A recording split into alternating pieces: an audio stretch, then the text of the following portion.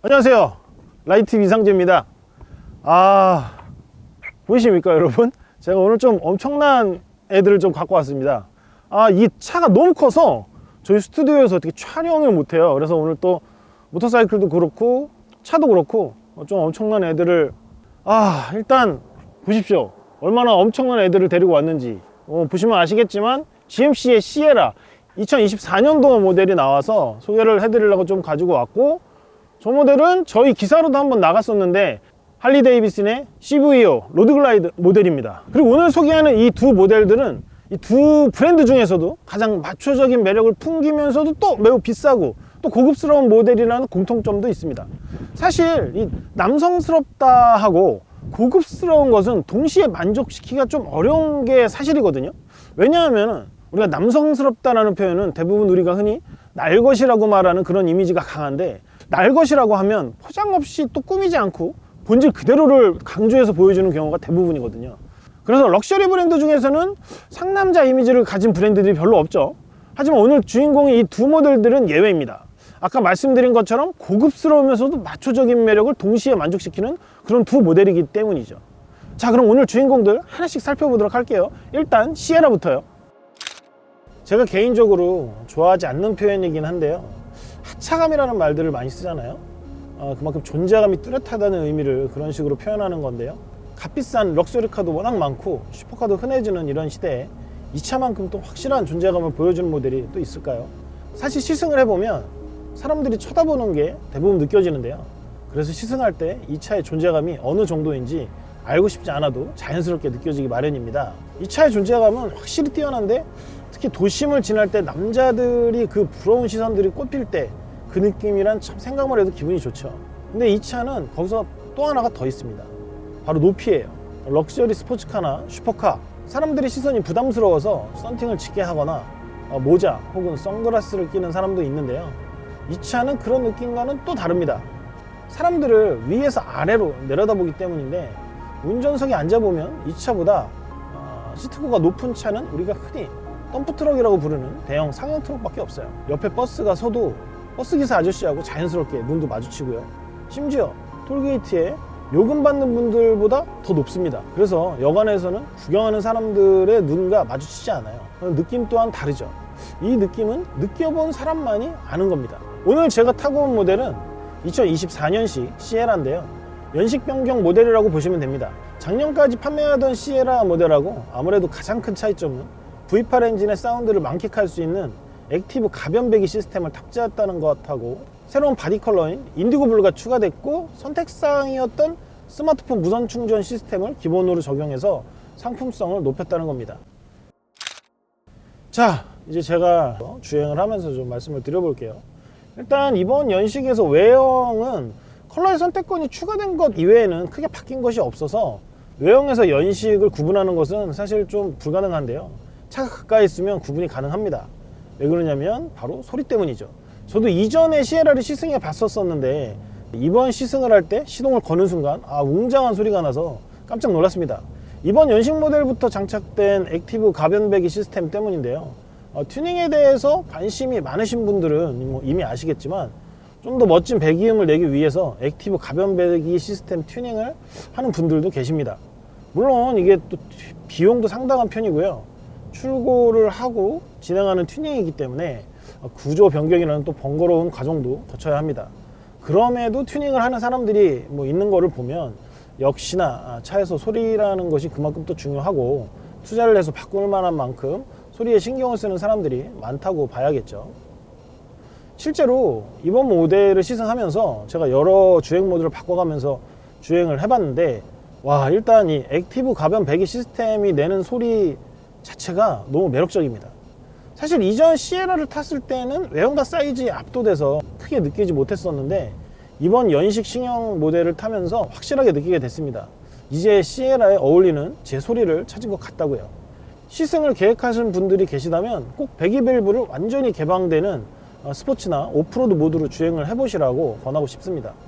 저는 개인적으로 이 소리 하나만으로도 이번 연식 변경의 의미가 충분하다고 봅니다. 그래서 시승 내내 더욱 즐거웠던 시에라의 매력을 더욱 확실하게 경험했던 것 같습니다. 주행을 해보면 최고 출력 426마력, 최대 토크 63.6kgm의 힘을 내뿜는 6.2L V8 직분사 가솔린 엔진에 완전히 압도당하게 되는데요. 넉넉한 배기량의 엔진이 장착되어 있다는 것은 이미 잘 알고 있지만 이렇게 큰 차체가 또 이렇게 부드럽게 자연스럽게 움직이는 것은 아마 처음 경험하는 사람들한테는 놀라울 정도일 거예요. 아마 6162cc 이 차의 배기량하고 디젤이 아닌 가솔린 엔진이라는 사실을 알게 되면 운전하는 사람이라면 대부분 자연스럽게 연비가 궁금해질 것 같은데요. 연비는 생각보다 또 그렇게 나쁘지 않습니다. 10단 자동 변속기와 GM의 독자 기술 다이나믹 튜얼 매니지먼트 시스템이 더해져서 연료 효율이 높은 덕분에 연비는 일반적으로 7에서 8 정도가 나오거든요. 물론 운전을 어떻게 하느냐가 더 중요하겠지만요. 일단 다양한 드라이브 모드를 탑재해서 온로드하고 오프로드를 가리지 않고 다니는 것은 기본이고요. GM의 사륜구동 시스템인 오토트랙 액티브 사륜구동 시스템하고 험로 탈출 시 필수적이라고 할 수 있는 디퍼런셜 잠금 장치, 리얼타임 댐핑 어댑티드 서스펜션 같은 기능들이 어떤 환경이라도 신경 쓰지 않고 그냥 즐겁게 다닐 수 있게 해줍니다. 튜닝을 하지 않은 노멀 상태에서의 오프로드 주파 실력은 매우 우수하다고 볼 수 있죠. 그리고 픽업 트럭 하면 또 견인 능력을 빼놓을 수 없는데요. 그래서 오늘 모터사이클용 트레일러에 할리데이비슨의 CVO 로드글라이드 모델을 싣고 나왔었죠.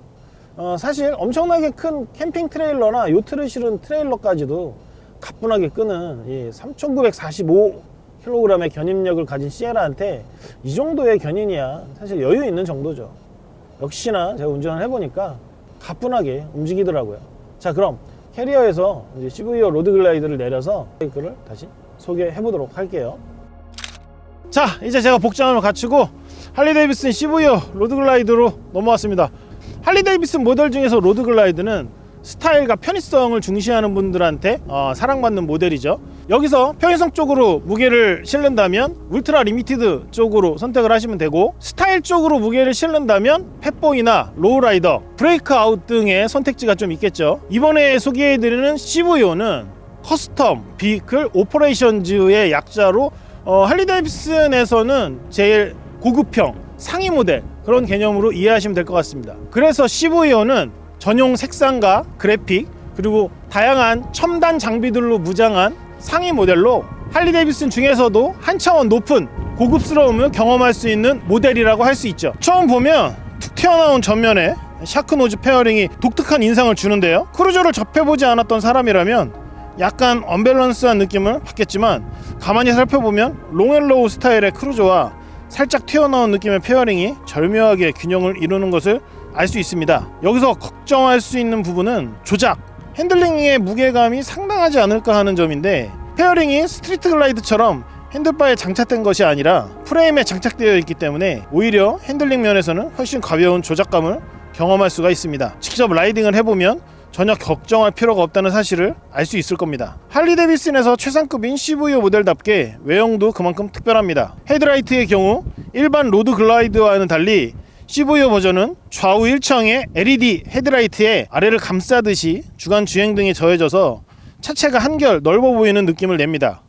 샤크노즈 페어링을 비롯해 연료탱크, 패니어 케이스에 담긴 스트라이프 그래픽도 CVO 모델에서만 만날 수 있는 특별함이죠. 샤크노즈 페어링 옆으로 방풍 성능을 위한 디플렉트가 더해졌고, 아래로도 엔진 앞부분을 살짝 가려주는 페어링을 추가해 외관을 정돈했습니다. 여기에 12.3인치 TFT 디스플레이가 장착되어 기본적인 주행 관련 정보들과 함께 각종 부가 정보나 차량 설명 등을 쉽게 관리할 수 있습니다. 특히 상황에 맞춰 다양한 구성으로 변경이 가능하기 때문에 필요한 정보들 위주로 화면에 표시할 수가 있으며, 스마트폰 연결 기능을 제공해 안드로이드 오토나 애플 카플레이와 연동해 내비게이션 등도 사용할 수 있습니다. 이번 CV에는 일반 모델에는 탑재되지 않는 1977cc 미러키 8 121VVT 엔진이 탑재됐습니다. 일반 모델에 적용되는 미러키 8 117 엔진과 비교해서 출력은 9.5%, 토크는 8% 더 높은 수준입니다. 그리고 엔진 뒤의 VVT는 가변 밸브 타이밍을 의미합니다. 시동을 걸고 달려보면 차체 곳곳의 소재를 변경해 15kg이나 덜어낸 덕분에 가벼워진 무게에 늘어난 출력이 더해져 경쾌한 주행감을 맛볼 수 있습니다. 특히 예전과 달리 진동을 경감시켜주는 기술인 카운터 밸런서가 더해져 불쾌한 부분은 걸러주고 기분 좋게 느껴지는 맥동감만을 남겨 기분 좋은 주행이 가능합니다. 스포츠, 로드, 레인 3개의 주행 모드를 지원해 상황에 맞는 모드로 라이딩을 즐기면 됩니다. 앞뒤로 브렘보 캘리퍼를 장착해 충분한 제동력을 확보했고 ABS와 트랙션 컨트롤, 드래그 토크 슬립 컨트롤은 물론이고 코너링 중에도 차체의 움직임을 감지해 안전한 라이딩을 보조하는 코너링 ABS, 코너링 트랙션 컨트롤 등 차체가 기울어진 상태에서도 안전을 지켜주는 다양한 기능들이 탑재되어 있어 안전한 라이딩이 가능합니다. 가장 최상급인 CVO 모델답게 안전과 관련된 기술도 최대한 적극적으로 적용했음을 확인할 수 있습니다. 또한 승차감을 위해 프론트에 쇼와 47mm 역방향 텔레스코픽 포크를, 리어에는 듀얼 쇼크 업서버를 장착했습니다. 특히 쇼크 업서버는 이전 대비 작동 범위가 50% 늘어나고 예압이나 신장 설정을 조정할 수가 있어 짐 여부 등에 따라서 감쇄력을 변경해 최적의 승차감을 유지할 수 있도록 했습니다. 자, 오늘 2가지 모델 제가 직접 타보면서 설명을 드렸는데요. 어떻게 보셨는지 모르겠습니다. 제가 GMC의 시에라와 할리 데이비슨의 CVO 로드글라이더를 왜 같이 보여드리고 설명을 해드렸는지 이만큼 설명을 해드렸으면 좀 이해를 하실 것 같기도 합니다. 제 생각에는. 물론 둘 다 전혀 성향이 다른 탈 것이라고 말씀드릴 수밖에 없는데 또 그 중에 또 이렇게 공통점이 있으니까 이런 공통점을 가지고 있다는 모델이라는 거를 제가 꼭 알려드리고 싶었거든요. 앞에서 설명드린 것처럼 마초적인 성격을 가지면서도 고급스러운 모델이라는 게 이 영상에서 저는 얼만큼 좀 표현되는지 모르겠지만 아무튼 여러분들이 보시면서 이런 특성을 꼭 이해하셨으면 좋겠다는 생각이 듭니다. 간만에 야외에서 영상을 이렇게 좀 진행을 해봤는데요. 꽃샘추위 때문에 오늘 엄청 추웠지만 또 2가지 모델을 이렇게 함께 놓고서 하니까 기분은 좋네요. 지금까지 라이드TV 이성재였습니다. 감사합니다.